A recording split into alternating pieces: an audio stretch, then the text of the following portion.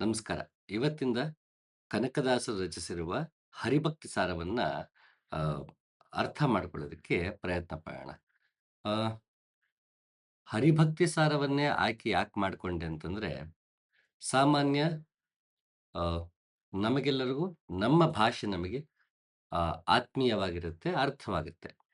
ಹಾಗಾಗಿ ಹ್ಮ್, ಬಸವಾದಿ ಪ್ರಮಥರಿಂದ ಹಿಡಿದು ಎಲ್ಲರೂ ಕೂಡ ಆ, ನಮ್ಮ ನಮ್ಮ ಮಾತೃಭಾಷೆಯಲ್ಲೇ ಅಧ್ಯಾತ್ಮವನ್ನ ಕಟ್ಟಿಕೊಡುವ ಪ್ರಯತ್ನ ಇಡೀ ದೇಶಾದ್ಯಂತ ನಡೆದಿದೆ. ಇದು ಆ, ಎಲ್ಲ ಧರ್ಮಗಳಿಗೂ ಅನ್ವಯಿಸುತ್ತೆ. ಒಂದು ಉದಾಹರಣೆ ಈಗ ಆ, ಬೈಬಲ್ ಅನ್ಕೋಣ. ಆ ಆ ಯೇಸು ಇದ್ದಿದ ಪ್ರದೇಶ ಬೇರೆ, ಅವನು ಬಳಸಿದ ಭಾಷೆ ಬೇರೆ, ಅವನ ಕಾಲಘಟ್ಟ ಬೇರೆ. ಆದರೆ ಅದು ಧರ್ಮವಾಗಿ ಪರಿವರ್ತನೆ ಆಗೋಷ್ಟೊತ್ತಿಗೆ ಅದು ಬೇರೆಯೇ ಭಾಷೆಗೆ ಅದು ಭಾಷಾಂತರವಾಗ್ತಾ ಆಗ್ತಾ ಆಗ್ತಾ ತನ್ನ ಮೂಲದಿಂದ ಆಮ್, ದೂರವಾಗ್ತಾ ಹೋಗುವ ಸಾಧ್ಯತೆಗಳು ಹೆಚ್ಚು. ಹೀಗೆ ಅದು ಕುರಾನಲ್ಲಿರ್ಬೋದು, ಬುದ್ಧನ ಮಾತುಗಳಿರಬಹುದು. ಬುದ್ಧ ಹ್ಮ್, ಈ ದೇಶದಲ್ಲಿ 2,000 ವರ್ಷಗಳಿಂದ ಇದ್ದವನು.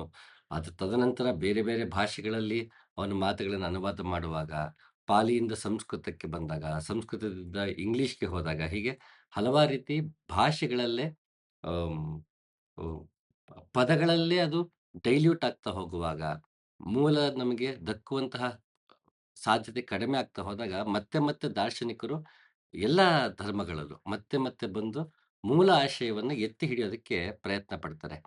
ಆಗ ಆ ತಾವು ಆ ಮಾರ್ಗದಲ್ಲಿ ನಡೆದು ತಮ್ಮ ಅನುಭವ ಏನಿರುತ್ತೆ ಅದನ್ನ ಮತ್ತೆ ಆಗಿನ ಭಾಷೆಗೆ ತಕ್ಕಂತೆ, ಆಗಿನ ಪರಿಭಾಷೆಗೆ ತಕ್ಕಂತೆ ಮತ್ತೆ ಹೊಸದಾಗಿ ನಮಗೆ ಕೃತಿಗಳನ್ನ ರಚನೆ ಮಾಡಿಕೊಡ್ತಾ ಹೋಗ್ತಾರೆ. ಹಾಗೆ ಅಂತಹ ಕ್ರಾಂತಿ ಇಲ್ಲಿ ಬಸವಾದಿ ಪ್ರಮಥರು ಮಾಡಿದ್ದಾರೆ, ಕೀರ್ತನಕಾರರು ಮಾಡಿದ್ದಾರೆ, ತತ್ವಪದಕಾರರು ಮುಂದೆ ಅದನ್ನ ಮಾಡ್ತಾ ಹೋದ್ರು. ಅಂತಹ ಒಂದು ಪ್ರಯತ್ನ ಈ ಹರಿಭಕ್ತಿ ಸಾರ. ಕನಕದಾಸರು ದಿನನಿತ್ಯದ ಪಾರಾಯಣೆಗೆ ನಾವು ಭಜನೆ ಮಾಡ್ಕೊಳ್ಳೋದಕ್ಕೋ, ನಮ್ಮನ್ನು ನಾವೇ ಪರಾಯಣ ಮಾಡೋದಕ್ಕೋ, ಪರಾಯಣ ಮಾಡೋದಕ್ಕೆ ಅಂತ ಹರಿಭಕ್ತಿ ಸಾರವನ್ನ ರಚನೆ ಮಾಡಿಕೊಟ್ರು. ಪರಾಯಣ ಅಂತ ಯಾಕೆ ಹೇಳ್ತಿದ್ದೀನಿ ಅಂತಂದ್ರೆ, ಅದು ಪಾರಾಯಣ ಮಾಡ್ಕೊಂಡಿದ್ದೀವಿ. ಅದು ಪರ ಅಯನ. ಪರ ಅಂದ್ರೆ ಮತ್ತೊಂದು ಕಡೆಗೆ, ಅಂದ್ರೆ ಆ, ಸಂಸಾರ ಬಂಧನದಿಂದ ಮುಕ್ತಿಯ ಕಡೆಗೆ ಅಯನ, ಅಲ್ಲಿಗೆ ಆ ಕಡೆಗೆ ಹೋಗುವುದು. ಯಾವುದನ್ನ ಪದೇ ಪದೇ ಪಠಿಸುವುದರಿಂದ ಸಂಸಾರವೆನ್ನುವ ಬಂಧನದಿಂದ ಮುಕ್ತಗೊಂಡು ಬಿಡುಗಡೆಗೊಂಡು ಮತ್ತೊಂದಕ್ಕೆ ಅಂದ್ರೆ ಭಗವಂತನಲ್ಲಿ ಸೇರುತ್ತೇವೋ, ಪಯಣಿಸುತ್ತೇವೋ, ಅದು ಪರ ಅಯನ. ಹಾಗಾಗಿ ಅದು ಪರಾಯಣ ಆಯಿತು. ಆಡ ಭಾಷೆಯಲ್ಲಿ ಅದು ಪಾರಾಯಣ ಆಗಿದೆ ಇವತ್ತು. ಹಾಗಾಗಿ ಅಂತಹ ಪರಾಯಣಕ್ಕೆ ಪದೇ ಪದೇ ನಮಗೆ ಗುನುಗಿಕೊಳ್ಳೋದಕ್ಕೆ ಉದಾಹರಣೆಗೆ ಸಂಸ್ಕೃತದ ಶ್ಲೋಕಗಳು ಅಂದಾಗ ಹಲವಾರು ಜನಕ್ಕೆ ಉಚ್ಚಾರಣೆ ಸಮಸ್ಯೆ ಆಗಬಹುದು. ಅದನ್ನ ಬೈಹಾಟ್ ಮಾಡೋದಕ್ಕೆ ಸಮಸ್ಯೆ ಆಗಬಹುದು. ಉಚ್ಚಾರಣೆ ಏನಾಗ್ಬಿಡುತ್ತೋ ಎತ್ತನೋ, ಅದು ನಾವು ಹೇಳ್ಕೋಬೋದೋ ಬೇಡವೋ, ಹೀಗೆ ಹಲವಾರು ಗೊಂದಲಗಳು ಜನಕ್ಕೆ ಬರ್ತಿರುತ್ತೆ. ಮತ್ತೆಲ್ರಿಗೂ ಆ ಮತ್ತೆ ಕೆಲವು ಸಲ ಸಂಸ್ಕೃತ ಅರ್ಥವೇ ಆಗದಿರುವಂತ ಪರಿಸ್ಥಿತಿನೂ ಇದೆ. ನಮ್ಗೆ ಭಾಷೆ ಕಲ್ತಿರಲ್ಲ ನಾವು ಸಂಸ್ಕೃತ. ಆಗ ಅದನ್ನ ಹೇಳ್ಕೊತಿರ್ತೀವಿ, ಮತ್ತೊಂದು ಮಾಡ್ತಿರ್ತೀವಿ. ಆದ್ರೆ ಅದರ ಅರ್ಥ ನಮಗೆ ಅನುಸಂಧಾನ ಆಗ್ತಿರಲ್ಲ. ಹಾಗಾಗಿ ಅದರ ತಿರುಳು ನಮಗೆ ಸಿಗೋದಿಲ್ಲ.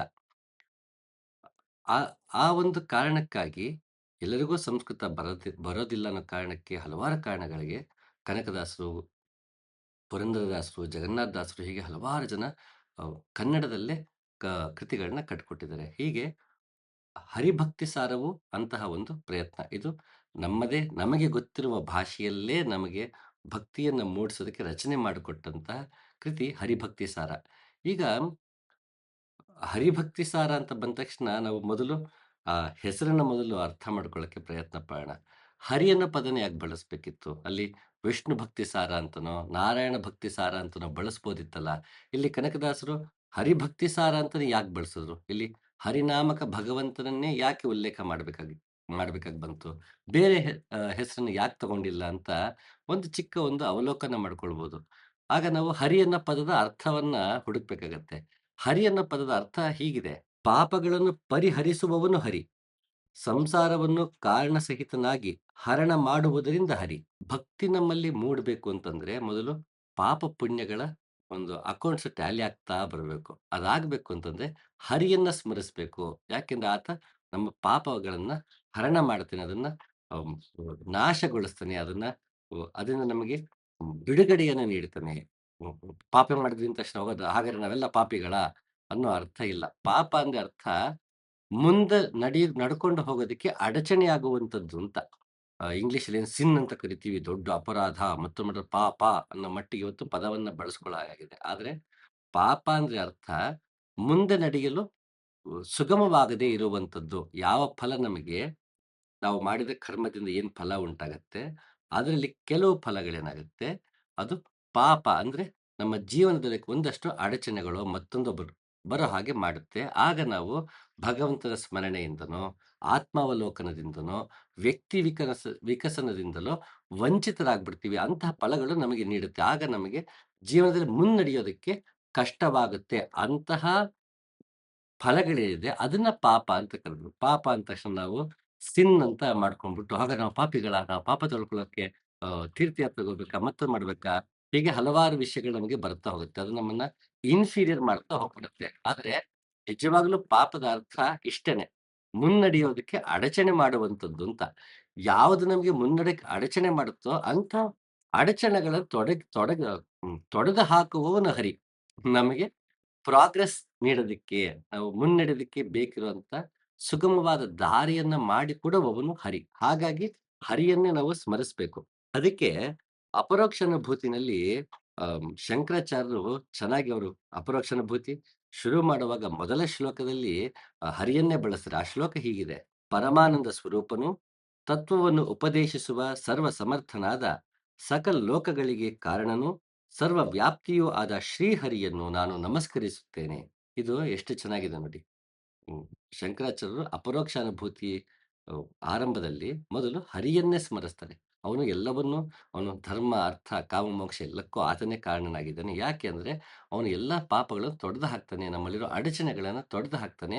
ಆ ತೊಡೆದು ಹಾಕಿದಾಗ ನಮಗೇನಾಗುತ್ತೆ, ನಾವು ಹ್ಮ್ ಸಂಸಾರದಲ್ಲೇ ಮುಳುಗಿ ಸುಖ ದುಃಖದಲ್ಲೇ ಹ್ಮ್ ತೊಳಲಾಡ್ತಿರುವಾಗ ಅದರಿಂದ ಪಾರು ಮಾಡಿದ ನಮಗೆ ಭಗವಂತನನ್ನ ನಿಷ್ಕಲ್ಮಶವಾಗಿ ಅವನು ಹೇಗಿದ್ದನೋ ಹಾಗೆ ಅವನ ಉಪಾಸನೆ ಮಾಡುವುದಕ್ಕೆ, ಆತ್ಮಾವಲೋಕನ ಮಾಡ್ಕೊಳ್ಳೋದಕ್ಕೆ, ವಿವೇಕ, ವೈರಾಗ್ಯ, ಷಟ್ ಸಂಪತ್ತು, ಮುಮುಕ್ಷತ್ವ ನಮಗೆ ಬರಲಿ ಅನ್ನೋ ಕಾರಣಕ್ಕೆ ಅವನು ಆ ರೀತಿ ನಮಗೆ ಎಲ್ಲವನ್ನು ಸರಿ ಮಾಡ್ತಾ ಹೋಗ್ತಾನೆ. ಹಾಗಾಗಿ ನಮಗೆ ಅಂತಹ ಜ್ಞಾನ ಬೇಕು ಅಂದ್ರೆ ವಿವೇಕ, ವೈರಾಗ್ಯ, ಷಟ್ ಸಂಪತ್ತು, ಮುಮುಕ್ಷತ್ವವನ್ನ ಗುಣಗಳನ್ನು ಅಳವಡಿಸ್ಕೊಂಡು ನಾವು ಸತ್ಯವನ್ನ ಕಾಣಬೇಕು ಅಂದ್ರೆ ಅದಕ್ಕೆ ಸೂಕ್ತವಾದವನು ಹರಿ. ಹರಿನಾಮಕ ಭಗವಂತ. ಹಾಗಾಗಿ ಹರಿಯನ್ನ ಸ್ಮರಿಸ್ತಾರೆ. ಮಧ್ವಾಚಾರ್ಯರು ಕೂಡ ಬ್ರಹ್ಮಾದಿಗಳು ಕೂಡ ಭಕ್ತಿಯಿಂದಲೇ ಸುಖ ಭೋಗವನ್ನು ಉಣ್ಣುತ್ತಾರೆ, ಮೋಕ್ಷವನ್ನು ಪಡೆಯುತ್ತಾರೆ. ಆದ್ದರಿಂದ ಶ್ರೀಹರಿಯನ್ನೇ ಅರಿಯಬೇಕು, ಎಂದೆಂದು ಅವನಿಗೆ ಮಣಿಯಬೇಕು, ಅವನನ್ನೇ ಪೂಜಿಸಬೇಕು, ನೆನೆಯಬೇಕು. ಭಗವಂತ ನಮಗೆ ಸುಖ ದುಃಖಗಳನ್ನು ನೀಡ್ತಾನೆ, ಮೋಕ್ಷವನ್ನು ನೀಡೋದ್ರಿಂದ ಅವನನ್ನೇ ಸ್ಮರಿಸಿ ಸದಾಕಾಲ ಅವನಿಗೇ ಶರಣಾಗಿ ಅಂತ ಇಲ್ಲಿ ಮಧ್ವಾಚಾರ್ಯ ಹೇಳ್ತಾರೆ. ಹಾಗಾದ್ರೆ ಸದಾ ನೆನೆಯೋದು ಹೇಗೆ ಅಂತ ಬಂದಾಗ ಅದಕ್ಕೆ ವಿಷ್ಣು ಸಹಸ್ರನಾಮವನ್ನ ನಮಗೆ ನೀಡಿದರೆ. ಹರಿಭಕ್ತಿ ಸಾರ ಇದೆ. ಹೀಗೆ ಹಲವಾರು ಕೀರ್ತನಕಾರರು ಕೀರ್ತನೆಗಳ ರಚನೆ ಮಾಡಿದ್ದಾರೆ. ಇದೆಲ್ಲವನ್ನು ನಾವು ಯಾವುದನ್ನ ನಮಗೆ ಸಾಧ್ಯವಾಗುತ್ತೋ ಅದನ್ನ ನಾವು ಅಭ್ಯಾಸ ಮಾಡ್ತಾ ಅದನ್ನೇ ನಾವು ಸ್ಮರಣೆ ಮಾಡ್ತಿದ್ರೆ ಆಗ ನಮಗದು ಅಂ, ಭಗವಂತನಲ್ಲೇ ಮನಸ್ಸು ಇಡುವುದಕ್ಕೆ ಸಾಧ್ಯವಾಗುತ್ತೆ. ಹಾಗಾಗಿ ನಮಗೆ ಹರಿಭಕ್ತಿ ಸಾರವನ್ನ ಕನಕದಾಸರು ನೀಡಿದ್ದಾರೆ. ಮತ್ತದಕ್ಕೆ ಹರಿ ಅಂತ ಹರಿನಾಮಕ ಭಗವಂತನನ್ನೇ ಅಲ್ಲಿ ಉಲ್ಲೇಖ ಮಾಡಿದ್ದಾರೆ. ಹಾಗೆ ಕನಕದಾಸರು ಹರಿಪದವನ್ನೇ ಯಾಕೆ ಬಳಸೋದು ಅಂತ ಮತ್ತು ನೋಡೋದಾದ್ರೆ, ಈಗ ವಿಷ್ಣುವನ್ನ ಹೆಸರು ತಗೋಣ. ವಿಶ್ವವನ್ನ ಸೃಷ್ಟಿಸಿ ಅದರಲ್ಲಿ ಹೊಕ್ಕಿರುವವನು ವಿಷ್ಣು. ಅವನು ಜಗತ್ತು ಇಡೀ ಬ್ರಹ್ಮಾಂಡವನ್ನ ಪಾಲನೆ ಮಾಡೋಂಥ ಕೆಲಸದಲ್ಲಿ ತೊಡಗಿದ್ದಾನೆ ಭಗವಂತ. ಇನ್ನು ನಾರಾಯಣ, ಕಣಕಣದಲ್ಲೂ ಚಲಿಸುತ್ತಿರುವವನು ನಾರಾಯಣ ಅಥವಾ ಕಣಕಣದಲ್ಲೂ ಇರುವವನು ನಾರಾಯಣ ಅಂತ. ಅವನು ಆಮ್ನಿ ಪ್ರೆಸೆಂಟ್. ಅಂದ್ರೆ ಈಗ ಉದಾಹರಣೆ ನಮಗೇನೋ ಚಿಕ್ಕ ವಯಸ್ಸಿಗೆ ಕೆಲಸ ಬರುತ್ತೆ ಅಂತ ಅನ್ಕೊಳ್ಳೋಣ. ಆಗ ನಾವು ಏನ್ ಕೆಲಸ ಬೇಕಿತ್ತು ಅದನ್ನ ತಾಯಿ ಕಡೆಯಿಂದ ಪೂಸಿ ಹೊಡೆದು ತಂದೆ ಕಡೆಯಿಂದ ಪಡ್ಕೋತೀವಿ. ಅಥವಾ ತಂದೆ ಪೂಸಿ ಹೊಡೆದು ತಾಯಿಗೆ ಒಪ್ಪಿಸಿರ್ತೀವಿ. ಅಂದ್ರೆ ಒಂದೇ ವ್ಯಕ್ತಿ, ಅದೇ ವ್ಯಕ್ತಿ ಅ ಮಗು ಕೇಳುವಾಗ ಅದನ್ನು ಒಪ್ಪೋ ರೀತಿ ಬೇರೆ. ಅ ಗಂಡ ಹೇಳುವಾಗ ಒಪ್ಪೋ ರೀತಿ ಬೇರೆ. ಹಾಗೆ ತಂದೆ ಅಂತ ನೋಡುವಾಗ ಅವನು ನಮ್ಮ ಜೊತೆ ವ್ಯವಹರಿಸೋ ರೀತಿ ಬೇರೆ. ಹೆಂಡತಿ ಜೊತೆಗೆ ತಾನು ಗಂಡ ಹೆಂಡತಿಯಾಗಿ ವ್ಯವಹರಿಸೋ ರೀತಿ ಬೇರೆ. ಹಾಗೆ ಕೆಲವೊಂದ್ಸಲಿ ನಮ್ಮ ಅನುಕೂಲಕ್ಕೆ ತಕ್ಕಂಗೆ ತಾಯಿಯಿಂದ ಪೂಸಿ ಹೊಡಿತೀವಿ, ತಂದೆಯಿಂದ ಪೂಸಿ ಹೊಡೆದು ನಮ್ಮ ಕೆಲಸಗಳನ್ನ ನಾವು ಮಾಡ್ಕೋತಿರ್ತೀವಿ. ಅದೇ ರೀತಿ ಯಾವುದೇ ಗುಣಗಳಂತ ಬಂದಾಗ ಭಗವಂತ ಹಲವಾರು ಗುಣಗಳಿದೆ. ಅದ್ರಲ್ಲಿ ಎಷ್ಟೋ ಗುಣಗಳು ಬ್ರಹ್ಮಾಂಡವನ್ನ ಅಂ, ನಡೆಸೋದಕ್ಕೆ, ಸಂಹಾರ ಮಾಡಕ್ಕೆ, ಹೀಗೆ ಹಲವಾರು ಗುಣಗಳನ್ನ ನಮಗೆ ಅಲ್ಲಿ ವಿಷ್ಣು ಸಹಸ್ರನಾಮದಲ್ಲಿ ಗುರುತಿಸಿ ನಮಗೆ ಪಟ್ಟಿಯಾಗಿ ಕೊಟ್ಟಿದ್ದಾರೆ. ಹಾಗಿದ್ದಾಗ ಅವೆಲ್ಲವೂ ನಮಗೆ ನೇರವಾಗಿ ಸಂಬಂಧ ಪಡದೇ ಇರುವಂತಹ ಗುಣಲಕ್ಷಣಗಳು. ಹಾಗಾಗಿ ಅದು ನಮಗೆ ಮೋಕ್ಷಕ್ಕೆ ನೇರವಾಗಿ ನಮಗೆ ಪ್ರಭಾವನ್ನ ಬೀರಲ್ಲ. ಯ ಯಾವುದು ನಮಗೆ ನಮ್ಮ ಅಡಚಣೆಗಳನ್ನ ಸರಿಪಡಿಸ್ತನೋ ಆ ಗುಣ ಇರುವಂಥವನ್ನ ನೆನಪಿಸ್ಕೊಂಡ್ರೆ ನಮ್ಮ ಕೆಲಸ ಆಗತ್ತೆ ಅಂತ. ಹಾಗೆ ಅಲ್ಲಿ ವಿಷ್ಣುವನ್ನ ನೆನೆಸ್ಕೊಂಡಿಲ್ಲ. ಯಾಕೆಂದ್ರೆ ವಿಷ್ಣು ಎಲ್ಲರಲ್ಲೂ ಇದ್ದಾನೆ. ಅವನು ಸಾಕ್ಷೀಭೂತನಾಗಿ ಹಾಗೆ ನೋಡ್ತಾ ಇದ್ದಾನೆ. ಆ ಗುಣವೂ ಅವನಲ್ಲಿದೆ. ಆ ಗುಣವನ್ನ ನಾವು ಭಕ್ತಿ ಮೂಡಿಸ್ಕೊಳ್ಳೋದಕ್ಕೆ ಅದು ನೇರವಾಗಿ ಪರಿಣಾಮ ಬೀರೋದಿಲ್ಲ. ಹಾಗಾಗಿ ನಮಗೆ ಹರಿಯನ್ನ ನಾವು ಉಪಾಸನೆ ಮಾಡೋಣ. ಹರಿನಾಮಕ ಭಗವಂತನನ್ನ ಸ್ಮರಿಸೋಣ ಅಂತ ಇಲ್ಲಿ ಹರಿಭಕ್ತಿ ಸಾರ ಇಲ್ಲಿ ಹರಿ ಅನ್ನೋ ಹೆಸರನ್ನೇ ಕನಕದಾಸರು ಬಳಸಿದ್ದಾರೆ. ಹಾಗಾದ್ರೆ ಈಗ ನಾವು ಹರಿ ಅನ್ನೋ ಪದನ ನೋಡಿದ್ವಿ. ಈಗ ಭಕ್ತಿ ಅನ್ನೋ ಪದ ನೋಡೋಣ. ಭಕ್ತಿನೇ ಯಾಕ್ ಬೇಕಿತ್ತು? ಹರಿ ಜ್ಞಾನ ಸಾರ ಅಂತ ಇಡ್ಬೋದಿತ್ತು. ಹರಿ ವೈರಾಗ್ಯ ಸಾರ ಅಂತ ಇಡ್ಬೇಕಿತ್ತು. ಭಕ್ತಿ ಸಾರವೇ ಯಾಕ್ ಬೇಕು? ಹ್ಮ್. ಒಂದು ಕಾಲದಲ್ಲಿ ಈ ದೇಶದಲ್ಲಿ ಹ್ಮ್, ಭಕ್ತಿಯ ಚಳವಳಿಯೇ ನಡೀತು ಅಲ್ಲಿ. ಉತ್ತರದ ಲಲ್ಲೇಶ್ವರಿ, ಈ ಕಡೆ ಮೀರಾಬಾಯಿ, ಈ ಕಡೆ ಕನಕದಾಸರು, ಪುರಂದರದಾಸರು, ಆ ಕಡೆ ಹೋದ್ರೆ ನಾವು ಮತ್ತೆ ಅಲ್ಲಿ ಕಬೀರ್ ದಾಸರು, ತುಳಸಿದಾಸರು, ಸಂತ ತುಕಾರಾಮರು, ಚೋಕ್ ಮೇಳ ಹೀಗೆ ಹಲವಾರು ಜನ, ಆ, ಜ್ಞಾನಾನಂದರು ಹೀಗೆ ಹಲವಾರು ಜನ ಭಕ್ತಿಯನ್ನೇ ಆ, ಪ್ರಧಾನವಾಗಿ ಇಟ್ಕೊಂಡ್ರು. ಭಕ್ತಿ ಚಳುವಳಿ ಈ ದೇಶದಲ್ಲಿ ನಡೀತಾ ಹೋಯ್ತು. ಅದು ಒಂದು ಕಾರಣಕ್ಕೆ ಇದು ಹರಿಭಕ್ತಿ ಸಂಬಂಧಪಟ್ಟ ಹಾಗೆ ಹರಿಭಕ್ತಿ ಸಾರ ಇರಬಹುದು, ಇಲ್ಲ ಅಂತಲ್ಲ. ಹಾಗೆ ಮನುಷ್ಯನಿಗೆ ಮೊದಲು ಬೇಕಿರುವಂತದ್ದು ಒಂದು ನಮ್ಮ ಜೀವನದಲ್ಲಿರುವ ಅಡಚಣೆಗಳೆಲ್ಲ ತೊಡೆದು ಹಾಕ್ಬೇಕು. ಆ ತೊಡೆದು ಹಾಕೋದಕ್ಕೆ ನಮಗೆ ಭಕ್ತಿ ಬೇಕು. ಭಗವಂತನಲ್ಲಿ ಆ ಶರಣಾಗತಿ ಬೇಕು. ಆ ಶರಣಾಗತಿ ನಮಗೆ ಯಾವಾಗ ಬರುತ್ತೆ ಆಗ ನಮಗೆ ಮೋಕ್ಷದ ಕಡೆಗೆ ನಡ್ಕೊಂಡು ಹೋಗೋದಕ್ಕೆ ಸುಲಭವಾಗುತ್ತೆ. ಅಂತಹ ಶರಣಾಗತಿ ನಮ್ಮಲ್ಲಿ ಬರಬೇಕು, ನಮಗೆ ಭಕ್ತಿ ಬೇಕು. ಅಥವಾ ಭಕ್ತಿ ಬಂದಾಗ ಶರಣಾಗತಿ ಬರುತ್ತೆ, ಶರಣಾಗತಿ ಬಂದಾಗ ಭಕ್ತಿ ಬರುತ್ತೆ. ಇದು ಒಂದಕ್ಕೊಂದು ಒಂದ್ ರೀತಿ ಆ, ಉ- ಉ- ಒಂದು ರೀತಿ ಒಂದಕ್ಕೊಂದು ಅವಲಂಬಿಸಿದೆ ಅಂತಾನೆ ಹೇಳ್ಬೋದು. ಹಾಗಾಗಿ ಆ ಶರಣಾಗತಿ ಅಂತ ಬಂದಾಗ್ಲೇ ಆ ಉದ್ದೇಶಕ್ಕೇನೆ ಈ ದರ್ಪಣ ಗೀತೆ ಅನ್ನೋ ಇದನ್ನ ಪುಸ್ತಕವನ್ನ ಬರೆಯುವಂತಹ ಪ್ರಯತ್ನ ಪಟ್ಟೆ. ಇದು ಆ, ಭಗವದ್ಗೀತೆಯಲ್ಲಿ ಕೃಷ್ಣ ವಿಶ್ವರೂಪ ದರ್ಶನವನ್ನ ಏನ್ ತೋರಿಸ್ತಾನೆ, ಆ ಇಡೀ ಒಂದು ಅಧ್ಯಾಯವನ್ನ ಇಟ್ಕೊಂಡು ಆ ಅಧ್ಯಾಯದ ವಿವರಿಸುವ ಆ, ನಿಟ್ಟಿನ ವಿವರಿಸುವ ಒಂದು ಪ್ರಯತ್ನದಲ್ಲಿ ಉಳಿದ ಅಷ್ಟು 17 ಅಧ್ಯಾಯಗಳ ಸಾರವನ್ನ ಇದರಲ್ಲಿ ಕಟ್ಟಿಕೊಡುವ ಪ್ರಯತ್ನ. ಇದು ದರ್ಪಣ ಗೀತೆ ಅಂತ. ವಿಷ್ಣು ಅಲ್ಲಿ ವಿಶ್ವರೂಪ ದರ್ಶನದ ಒಂದು ಅಧ್ಯಾಯನ ಇಟ್ಕೊಂಡು ಎಲ್ಲಾ ಇಡೀ ಅಧ್ಯಾಯವನ್ನ ಪರಿಚಯ ಮಾಡಿಕೊಡೋ ಪ್ರಯತ್ನ. ಹಾಗೆ ಭಗವಂತನ ವಿಶ್ವರೂಪ ದರ್ಶನದಿಂದ ನಾವು ಕಲಿಯುವ ಪಾಠವೇನು? ಮತ್ತೆ ಅವನಲ್ಲಿ ಶರಣಾಗತಿ, ಭಕ್ತಿ ಮತ್ತೆ ಕರ್ಮಯೋಗವನ್ನ ವಿಶ್ವರೂಪ ದರ್ಶನವನ್ನೇ ಪದೇ ಪದೇ ನೆನೆಸಿಕೊಳ್ಳುವುದರಿಂದ ನಮ್ಮಲ್ಲಿ ಹೇಗೆ ಇಂಥ ಗುಣಗಳು ಬೆಳೆಯೋಕ್ಕೆ ಸಾಧ್ಯ ಅನ್ನೋ ಒಂದು ವಿವರಣೆಯ ಪ್ರಯತ್ನನೇ ಈ ದರ್ಪಣ ಗೀತೆ. ಆಸಕ್ತರು ಈ ಪುಸ್ತಕವನ್ನ ಕೊಂಡ್ಕೊಳ್ಬಹುದು. ಹಾಗೆ ಆ, ಶೂನ್ಯ ಪೂರ್ಣ ಅಂತ, ಇದು ಸೋಸಾನನ ಸೋಸಾನ ಅಥವಾ ಚೀನಿ ದಾರ್ಶನಿಕ ಇದ್ದ ಆತ. ಆ, 7-8ನೇ ಶತಮಾನದವನು. ಅವನು ಜ್ಞಾನೋದಯ ಗೀತೆಗಳು ಅಂತ ಒಂದು 33-34 ಮುಕ್ತಕಗಳನ್ನ ಚೀನಿ ಭಾಷೆಯಲ್ಲಿ ಕೊಟ್ಟಿದ್ದ. ಅದನ್ನ ಕನ್ನಡಕ್ಕೆ ಶೂನ್ಯ ಪೂರ್ಣ ಅಂತ ಅನುವಾದ ಮಾಡಿದ್ದೀನಿ. ಇದು ಆ, ನಮಗೆ ಅಮನಸ್ಕ ಸ್ಥಿತಿ, ಸಾಕ್ಷೀಭೂತನಾಗಿ ನೋಡುವುದು, ಸ್ಥಿತಪ್ರಜ್ಞತೆ ನಮ್ಮಲ್ಲಿ ಮೂಡೋದು ಹೇಗೆ, ಪೂರ್ವಾಗ್ರಹ ಪೀಡಿತ ಮನಸ್ಸನ್ನ ನಾವು ಮೀರೋದು ಹೇಗೆ, ಹೀಗೆ ಹಲವಾರು ವಿಷಯಗಳನ್ನ ಆತ ತುಂಬಾ ಸರಳವಾಗಿ ವಿನೋದವಾಗುವನು ಹೇಳ್ತಾ ಹೋಗ್ತಾನೆ. ಹಾಗೆ ಒಂದಷ್ಟು ಅಮ್, ಮುಂಡಿಕೆಗಳ ರೀತಿಯಲ್ಲೂ ಆತ ಹೇಳಿದಾನೆ. ತುಂಬಾ ನನಗೆ ತುಂಬಾ ನೆಚ್ಚಿನ ಕೃತಿ ಸೋಸನನ ಸಿನ್ ಮಿಂಗ್ ಅನ್ನೋದು. ಅದನ್ನ ಕನ್ನಡಕ್ಕೆ ಶೂನ್ಯ ಪೂರ್ಣ ಅಂತ ಕನ್ನಡಕ್ಕೆ ತಂದಿದ್ದೀನಿ. ಆಸಕ್ತಿ ಅದನ್ನ ಕೊಂಡ್ಕೊಳ್ಳೋದಕ್ಕೆ ಸಂಪರ್ಕಿಸ್ಬೋದು. ಹೀಗೆ ಈ ಭಕ್ತಿ ಅಂತ ಬಂದಾಗ ಇದನ್ನ ಹಲವಾರು ಜನ ಹಲವಾರು ರೀತಿಯನ್ನ ವಿವರಿಸಿದ್ದಾರೆ. ತುಂಬಾ ನನಗೆ ಆತ್ಮೀಯ ಅನ್ಸೋದು ನಾರದ ಭಕ್ತಿ ಸೂತ್ರ. ಆ ನಾರದ ಭಕ್ತಿ ಸೂತ್ರದಲ್ಲಿ ಪುರಂದರ ಇದು ನಾರದರು ಭಕ್ತಿ ಬಗ್ಗೆ ಹೀಗೆ ಹೇಳ್ತಾ ಹೋಗ್ತಾರೆ. ಅವನಲ್ಲಿ ಪರಮ ಪ್ರೇಮವನ್ನು ಹೊಂದಿರುವುದೇ ಭಕ್ತಿ. ಪರಾಶರರ ಮಗನಾದ ವೇದವ್ಯಾಸರು ಪೂಜೆ ಇತ್ಯಾದಿ ಅನುರಾಗವೇ ಭಕ್ತಿ ಎನ್ನುವರು. ಭಗವಂತನ ಕಥೆಗಳನ್ನು ಆಲಿಸುವುದು, ಓದುವುದರಲ್ಲಿ ಆನಂದ ಪಡುವುದು ಭಕ್ತಿ ಎಂದು ಗರ್ಗರ ಅಭಿಪ್ರಾಯ. ಶಾಂಡಿಲ್ಯರ ಪ್ರಕಾರ ಆತ್ಮರತಿಯಲ್ಲಿ ನಿರಂತರವಾಗಿರುವುದೇ ಭಕ್ತಿ. ನಾರದರ ಪ್ರಕಾರ ಭಗವಂತನಲ್ಲಿ ಶರಣಾಗಿ ಎಲ್ಲವನ್ನೂ ಮಾಡುವುದು, ಭಗವಂತನನ್ನು ಕ್ಷಣಕಾಲ ಮರೆತರೂ ಪರಮ ವ್ಯಾಕುಲ ಪಡುವುದೇ ಭಕ್ತಿ.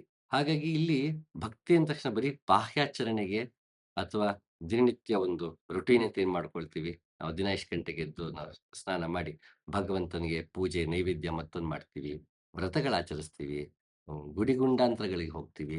ಇದು ಗೌಣಿ ಭಕ್ತಿ, ಇದು ಆರಂಭಿಕ ಭಕ್ತಿ. ಇದರ ನಂತರ ಪರಮ ಪ್ರೇಮ ಭಗವಂತನಲ್ಲಿ ಪ್ರೇಮವನ್ನ ಮೂಡಿಸಿಕೊಳ್ಳುವುದು, ಅವನಲ್ಲೇ ಶರಣಾಗುವುದು ಭಕ್ತಿ ಅಂತ ಹೊಸದೊಂದು ನಮಗೆ ಭಗವಂತನ ಜೊತೆಗಿನ ನಂಟನ್ನು ನಮಗೆ ನಾರದರು ಹೆಣೆದುಕೊಡುತ್ತಾರೆ. ಹಾಗಾಗಿ ನನಗೆ ನಾರದ ಭಕ್ತಿ ಸೂತ್ರ ತುಂಬ ಆತ್ಮೀಯವಾದದ್ದು. ಇಂತಹ ಒಂದು ತಿರುಳನ್ನ ನಾವು ಹರಿಭಕ್ತಿ ಸಾರದಲ್ಲಿ ನೋಡಬಹುದು. ಅದು ಮುಂದೆ ಮುಕ್ತಕಗಳನ್ನು ನೋಡುವಾಗ ಅದು ನಮ್ಗೆ ತಿಳಿತಾ ಹೋಗುತ್ತೆ. ನಾರದರ ಭಕ್ತಿ ಸೂತ್ರ ಯಾವ ಭಕ್ತಿಯನ್ನು ಹೇಳುತ್ತೋ, ಮತ್ತೆ ಪಂಚರಾತ್ರ ಅಂತ ಏನಿದೆ, ಅಂ ವೈಷ್ಣವರಲ್ಲಿ ಇರುವಂತಹ ಒಂದು ಆಗಮ ಶಾಸ್ತ್ರ ಅಂತ ಕರಿಬಹುದು. ಅಂತಹ ಪಂಚರಾತ್ರದಲ್ಲುವೆ ತುಂಬಾ ವಿಶೇಷವಾಗಿ ಭಕ್ತಿಯನ್ನ ಹೇಳ್ತಾ ಹೋಗ್ತಾರೆ. ಅದರ ತಿರುಳು ನಾರದ ಭಕ್ತಿ ಸೂತ್ರದಲ್ಲಿರುವಂತಹ ತಿರುಳು, ಮಧ್ವಾಚಾರ್ಯರು ಹೇಳಿದಂತಹ ಭಕ್ತಿಯ ತಿರುಳು ನಮಗೆ ಹರಿಭಕ್ತಿ ಸಾರದಲ್ಲಿ ನಮಗೆ ಸಿಗ್ತಾ ಹೋಗುತ್ತೆ. ಹಾಗಾಗಿ ನಾರದರ ಇದನ್ನ ಇಲ್ಲಿ ಕೋಟ್ ಮಾಡ್ಬೇಕಾಗಿ ಬಂತು. ಇದನ್ನೇ ಅ ಎಲ್ಲಾ ದಾಸರು ಕೂಡ ಅದನ್ನೇ ಪ್ರತಿಪಾದನೆ ಮಾಡ್ತಾ ಬಂದ್ರು. ಇದಕ್ಕೆ ಯಾಕದು ಭಕ್ತಿ ಪರಮ ಪ್ರೇಮವಾಗುತ್ತೆ, ಅದೊಂದು ತಲ್ಲೀನವಾಗ್ಬಿಡುತ್ತೆ, ಸದಾ ಭಗವಂತನ ಸ್ಮರಿಸೋದು ಯಾಕೆ ಮುಖ್ಯ? ಅದಕ್ಕೆ ಹರಿಭಕ್ತಿ ಸಾರ ಯಾಕೆ ಪೂರಕವಾಗಿರುತ್ತೆ ಅನ್ನೋದು ತುಂಬಾ ಸೊಗಸಾದ ಅ ವಿಷಯ. ಅದು ಮುಂದೆ ಹೋಗ್ತಾ ನೋಡೋಣ. ಇದಕ್ಕೆ ದಾಸರು ಚೆನ್ನಾಗಿ ಹೇಳ್ತಾರೆ ವ್ಯಾಸರಾಯರು. "ಎನ್ನ ಬಿಂಬ ಮೂರ್ತಿಯ ಪೂಜಿಪೆ ನಾನು, ಮನಮುಟ್ಟಿ ಅನುದಿನ ಮರೆಯದೆ ಮರೆಯದೆ." ವ್ಯಾಸರಾಯರು ದಿನಾ ನಾನು ಮನಮುಟ್ಟಿ ಅಂದ್ರೆ ಹೃತ್ಕಮಲ. ನಾವು ಅನಾಹತದಲ್ಲಿ ಭಗವಂತನ ಸ್ಮರಿಸಬೇಕು ಅಂತ ಹೇಳ್ತಾರೆ. ಅದು ಯೋಗ ಮಾರ್ಗವಾದರೆ, ಮನಃಪೂರ್ವಕವಾಗಿ ನಾವು ಭಗವಂತನ ಸದಾ ಸ್ಮರಿಸ್ತಿರ್ತೀನಪ್ಪಾ. ನನ್ನ ಮನಸ್ಸಲ್ಲೇ ನಾನು ಒಂದು ಬಿಂಬವನ್ನ ಇಟ್ಕೊಂಡಿದ್ದೀನಿ ಭಗವಂತಂದು. ಅಲ್ಲೇ ಅವನು ಸದಾ ಅವನನ್ನ ದರ್ಶನ ಮಾಡ್ತಾ, ಅಲ್ಲೇ ಮನಸ್ಸಲ್ಲೇ ಮಾನಸಿಕ ಪೂಜೆ ಮಾಡ್ತಾ, ನಾನಲ್ಲಿ ಅವನ್ನ ಸದಾ ಸ್ಮರಿಸ್ತಾ ಇದ್ದೀನಿ ಅಂತ ಅಂತರ್ಮುಖಿಯಾದಂತಹ ಭಕ್ತಿಯನ್ನ ವ್ಯಾಸರಾಯರು ಹೇಳ್ತಾರೆ. ಅದನ್ನೇ ಅ ಬಾಹ್ಯದಲ್ಲಿ ಆಚರಿಸುವ ಭಕ್ತಿ, ಆರಂಭಿಕ ಭಕ್ತಿ ಮತ್ತೆ ಗೌಣಿ ಭಕ್ತಿ. ಆದರೆ ಇಲ್ಲಿ ನಾರದರು ಹೇಳಿದಂತ ಒಂದು ಪರಮ ಪ್ರೇಮರೂಪವಾದ ಭಕ್ತಿ ಏನಿದೆ, ಕನಕದಾಸರು ಹೇಳಿದಂಥ ಭಕ್ತಿ ಏನಿದೆ, ವ್ಯಾಸರು ಹೇಳಿದಂಥ ಭಕ್ತಿ ಇದೆಲ್ಲ ಆಂತರಿಕ ಭಕ್ತಿ. ಇದಕ್ಕೆ ಸಮಯ, ಸಂದರ್ಭ, ಶುಭ ಮುಹೂರ್ತ, ಅಶುಭ ಮುಹೂರ್ತ ಅನ್ನೋದು ಏನಿರಲ್ಲ. ಮಡಿ, ಮೈಲಿಗೆ ಏನಿರಲ್ಲ. ಮಾನಸಿಕವಾಗಿ ನಾನು ಅವತ್ತು ಚಂಚಲವಾಗಿದ್ರೆ ಅದನ್ನ ಸರಿಪಡಿಸೋದು ಕೂಡ ಅದೇ ಮಾನಸ ಪೂಜೆಯೇ. ಅ ಹೊರಗಿನಿಂದ ಮೈಲಿಗೆ ಇದ್ರೆ ಅದನ್ನ ಮಡಿ ಮಾಡಿ ನಾವು ಪೂಜೆ ಮಾಡೋ ಪದ್ಧತಿ ಇದೆ. ಆದ್ರೆ ಒಳಗೆ ಮೈಲಿಗೆ ಇದ್ದಾಗಲೇ ಪೂಜೆ ಮಾಡಿದ್ರೆ ಆ ಮೈಲಿಗೆ ಕೂಡ ಮಡಿಯಾಗ್ಬಿಡುತ್ತೆ. ಅಂತಹ ಶಕ್ತಿ ಮಾನಸಿಕ ಪೂಜೆಗಿದೆ. ಅದು ಆಂತರಿಕ ಪೂಜೆ. ಅಂತಹ ಆಂತರಿಕ ಪೂಜೆ ಮಾಡಬೇಕು ಅಂದ್ರೆ ನಮಗೆ ಪರಮ ಭಗವಂತನಲ್ಲಿ ಪರಮ ಪ್ರೇಮ ಮತ್ತೆ ಭಕ್ತಿ. ಆ ಭಕ್ತಿಗೆ ಬೇಕಾದ್ದು ಶರಣಾಗತಿ. ಇಂತಹ ಗುಣಗಳು ನಮಗೆ ಬೆಳಿಬೇಕು. ಅಂತಹ ಎಲ್ಲಾ ಗುಣಗಳು ನಮ್ಮಲ್ಲಿ ಮೂಡಿಸುವಂತಹ ಶಕ್ತಿ ಹರಿಭಕ್ತಿ ಸಾರದಲ್ಲಿದೆ. ಅದು ಕನ್ನಡದಲ್ಲೇ ಇದೆ. ನಮಗೆ ಅರ್ಥವಾಗುವ ರೀತಿಯಲ್ಲಿದೆ. ಅದು ಕಾಲಾನಂತರ ಹಲವಾರು ಕಾರಣಗಳಿಂದ ನಮಗದು ಏನು ಹೇಳಕ್ ಹೋಗ್ತಿದ್ದಾರೆ ಅನ್ನೋದು ತಿಳಿದೇ ಇರಬಹುದು. ಬಹುಶಃ ಆಗಿನ ಕನ್ನಡದ ಒಂದು ಅ ವ್ಯತ್ಯಾಸ ಈಗಿನಕ್ಕಿರಬಹುದು, ಅಥವಾ ಅ ಮಹಾಭಾರತವೋ, ಪುರಾಣಗಳೋ ನಮಗೆ ಪರಿಚಯ ಇಲ್ಲದೆ ಇರಬಹುದು. ಹಾಗಾಗಿ ನಮಗೆ ಕನಕದಾಸರ ಹರಿಭಕ್ತಿ ಸಾರದ ಕನ್ನಡ ನಮಗೆ ಅರ್ಥವಾದರೂ ಕೆಲವೊಂದು ಸಲ ಅದು ಏನು ಹೇಳ್ತಾ ಇದ್ದಾರೆ ಅನ್ನೋದು ನಮಗೆ ಗೊಂದಲ ಮೂಡಬಹುದು, ಪ್ರಶ್ನೆ ಮೂಡಬಹುದು. ಯಾಕೆ ಅನ್ನೋದಕ್ಕೆ ಕೆಲವು ಪೂರ್ವ ಸಿದ್ಧತೆಗಳು ನಮಗೆ ಪೂರ್ವಭಾವಿ ಸಿದ್ಧತೆಗಳು ನಮಗೆ ಇರೋದಿಲ್ಲ. ಅಂತಹ ಪೂರ್ವಭಾವಿ ಸಿದ್ಧತೆಯನ್ನು ನೀಡೋ ಪ್ರಯತ್ನವೇ ಈ ಹರಿಭಕ್ತಿ ಸಾರ ಅ ಸಂಚಿಕೆಗಳ ಪ್ರಯತ್ನ ಆಗಿದೆ. ಹ್ಮ್. ಪುರಾಣಗಳು, ಉಪನಿಷತ್ತು, ಹ್ಮ್, ಭಗವದ್ಗೀತೆ, ಮಹಾಭಾರತ, ಭಾಗವತ ಇದೆಲ್ಲದರ ಸಾರವೂ ಹರಿಭಕ್ತಿ ಸಾರ ಅಂತ ಹೇಳಿದ್ರೆ ತಪ್ಪಾಗಲಾರದು. ಹರಿಭಕ್ತಿ ಹರಿಗೋಲಿನಿಂದ ಮೆಲ್ಲನೆ ನೀವು ವಿರಜಾ ನದಿಯ ದಾಟಿರೋ, ಕರಜಾಗ್ರಗಳಿಂದ ಹಿರಣ್ಯಕನನ್ನು ಸೀಳಿದ ಪರಮ ವಾಸುದೇವನ ದರ್ಶನವಾಹುದಯ್ಯ. ಹರಿಭಕ್ತಿ ಎನ್ನುವ ಸಹಾಯದಿಂದ ನಾವು ಸಂಸಾರವೆನ್ನುವ ನದಿಯನ್ನ ದಾಟ್ಬೋದು. ಆಗ ನಮಗೆ ಭಗವಂತ ಮೋಕ್ಷವನ್ನ ನೀಡ್ತಾನೆ. ನಮಗೆ ಕಂಬ ಮುರಿದು ಬಿಂಬರೂಪಿಯಾಗಿ ಬಂದು ಭಗವಂತ ನಮಗೆ ಸತ್ಯ ದರ್ಶನವನ್ನ ಮಾಡಿಸ್ತಾನೆ. ಹಾಗಾಗಿ ಹರಿಯನ್ನು ನಂಬಿ ನಾವು ಮುಂದೆ ನಡಿಬೇಕು ಅಂತ ಹೇಳ್ತಾರೆ. ಹರಿಯನ್ನು ನಂಬಿ ಮುಂದೆ ನಡೆಯುವ ಬಗೆಯನ್ನು ನಮಗೆ ಈ ಹರಿಭಕ್ತಿ ಸಾರದಲ್ಲಿ ಕನಕದಾಸರು ತುಂಬಾ ಸೊಗಸಾಗಿ ನಮಗೆ ನೀಡಿದ್ದಾರೆ. ನರನಾದ ಮೇಲೆ ಹರಿನಾಮ ಜಿಹ್ವೆಯೊಳಿರಬೇಕು, ಭೂತ ದಯಾಪರನಾಗಿರಬೇಕು, ಪಾತಕವೆಲ್ಲ ಕಳೆಯಲೇಬೇಕು, ಮಾತು ಮಾತಿಗೆ ಹರಿ ಎನ್ನಬೇಕು. ಇದು ಇನ್ನು ಎಷ್ಟು ಬೇಕಾದ್ರೂ ಕೋಟ್ ಮಾಡ್ಬೋದು. ದಾಸರಂತೂ ಹರಿಯನ್ನ ಸದಾ ಸ್ಮರಿಸುವುದರಿಂದ ಹೇಗೆಲ್ಲ ನಮಗೆ ಅದು ಸಾಂಸಾರಿಕವಾಗಿರ್ಬೋದು ಅಥವಾ ಅ ಆಧ್ಯಾತ್ಮಕವಾಗಿರ್ಬೋದು, ಎರಡರಲ್ಲೂ ನಮಗೆ ಹಲವು ರೀತಿ ಲಾಭಗಳನ್ನ ಹರಿಯ ಸ್ಮರಣೆಯಿಂದ ಸಿಗತ್ತೆ ಅಂತ ಹಲವಾರು ದಾಸರು ನಮ್ಗೆ ಹೇಳಿದ್ದಾರೆ. ಎಲ್ಲವೂ ಒಂದೇ ಕೀರ್ತನೆಯಲ್ಲಿ ಕಟ್ಟಿಕೊಡಕ್ಕೆ ಸಾಧ್ಯ ಆಗದೆ ಇರಬಹುದು ಅಥವಾ ಒಂದೇ ಕೀರ್ತನೆಯಲ್ಲಿ ಕಟ್ಟಿಕೊಟ್ಟಿದ್ರು ಕನಕದಾಸರಾಗ್ಲಿ, ವ್ಯಾಸರಾಗಲಿ, ಜಗನ್ನಾಥ ದಾಸರು ಒಂದೇ ಕೀರ್ತನೆಯಲ್ಲಿ ಇಡೀ ಸಾರವನ್ನ ಕಟ್ಟಿಕೊಟ್ಟಿದ್ರು, ಅದನ್ನ ಭೇದಿಸಿ ನೋಡೋದಕ್ಕೆ ನಮಗೆ ಕಷ್ಟವಾಗ್ಬಿಡುತ್ತೆ ಕೆಲವೊಮ್ಮೆ. ಯಾಕೆಂದ್ರೆ ಅದಕ್ಕೆ ಬೇಕಿರುವಂತಹ ಪೂರ್ವಭಾವಿ ಸಿದ್ಧತೆ ಅಥವಾ ಪಾಂಡಿತ್ಯ ನಮಗೆ ಇರೋದಿಲ್ಲ. ಶಾಸ್ತ್ರಗಳ ಜ್ಞಾನ ನಮಗೆ ಇರೋದಿಲ್ಲ. ಆಗ ಮತ್ತೆ ನಮಗೆ ಗೊಂದಲವಾಗ್ಬಿಡುತ್ತೆ. ಈ ಒಂದೇ ಕೀರ್ತಿಯಲ್ಲಿ ಅಷ್ಟೆಲ್ಲ ವಿಷಯ ಇದೆಯಾ? ತಿಳ್ಕೊಳ್ಳೋಕೆ ಕಷ್ಟ ಆಗ್ಬೋದು ಅಂತ. ಅದಕ್ಕದನ್ನ ಹರಿಕಥಾಮೃತ ಸಾರ ಅಂತ ಜಗನ್ನಾಥದಾಸರು ಹರಿಕಥಾಮೃತ ಸಾರವನ್ನ ರಚನೆ ಮಾಡ್ತಾರೆ. ಕನಕದಾಸರು ಹರಿಭಕ್ತಿ ಸಾರವನ್ನು ರಚನೆ ಮಾಡ್ತಾರೆ. ಇದೆಲ್ಲ ನಮಗೆ ಮತ್ತಷ್ಟು ತಿಳಿ ಮಾಡಿಕೊಡುವುದಕ್ಕೆ ಮಾಡಿದಂತಹ ಪ್ರಯತ್ನಗಳು. ಆಗ್ಲೇ ಹೇಳ್ದಂಗೆ ಕಾಲಾನಂತರದಲ್ಲಿ ನಮಗೆ ಅ ವಿಷಯಗಳ ಜ್ಞಾನಾರ್ಜನೆಯ ಕೊರತೆಯಿಂದಾಗಿ ನಮಗೆ ಮತ್ತೆ ಆ ಇಂತಹ ಸರಳವಾದ ಕೃತಿಗಳು ನಮಗೆ ಜಟಿಲವಾಗಿ ಕಾಣಿಸ್ತಾ ಹೋಗುತ್ತೆ. ಹಾಗೇನಾದ್ರು ಕಂಡಿದ್ದರೆ ಇದನ್ನ ಸರಳೀಕರಿಸುವ ಪ್ರಯತ್ನ ಈ ಸಂಚಿಕೆಗಳಾಗಿರುತ್ತೆ. ಜಗತ್ತಿನಲ್ಲಿ ಅನೇಕ ಶಾಸ್ತ್ರಗಳಿವೆ, ಮತ್ತೆ ಅನೇಕ ಪುಸ್ತಕಗಳಿವೆ. ಜೀವನವು ಚಿಕ್ಕದಾಗಿದೆ ಮತ್ತು ಜ್ಞಾನವು ವಿಶಾಲವಾಗಿದೆ. ಹಂಸವು ಹಾಲನ್ನು ನೀರಿನಿಂದ ಬೇರ್ಪಡಿಸುವ ಬುದ್ಧಿವಂತಿಕೆಯನ್ನು ಹೊಂದಿರುವಂತೆ ಈ ಎಲ್ಲಾ ಪುಸ್ತಕಗಳಿಂದ ಜ್ಞಾನದ ಸಾರವನ್ನು ತೆಗೆದುಕೊಳ್ಳಬೇಕು. ಇದು ಎಲ್ಲಾ ಪುಸ್ತಕಗಳು ಓದಿ ನಮ್ಗೆ ಸಾರ ತಗೊಳ್ಳೋದು ಕಷ್ಟನೇ. ಅದಕ್ಕೆ ಕನಕದಾಸು ಎಲ್ಲಾ ಗ್ರಂಥಗಳ ಮತ್ತು ತಮ್ಮ ಅನುಭಾವ ಏನಿದೆ, ಇಡೀ ಅನುಭಾವದ ಸಾರವನ್ನು ನಮಗೆ ಹರಿಭಕ್ತಿ ಸಾರದಲ್ಲಿ ಕೊಟ್ಟಿದ್ದಾರೆ. ಹಾಗಾಗಿ ಹರಿ, ಭಕ್ತಿ ಮತ್ತೆ ಸಾರ ಇವು 3 ಕೂಡ ನಮಗೆ ಮುಖ್ಯವಾಗತ್ತೆ.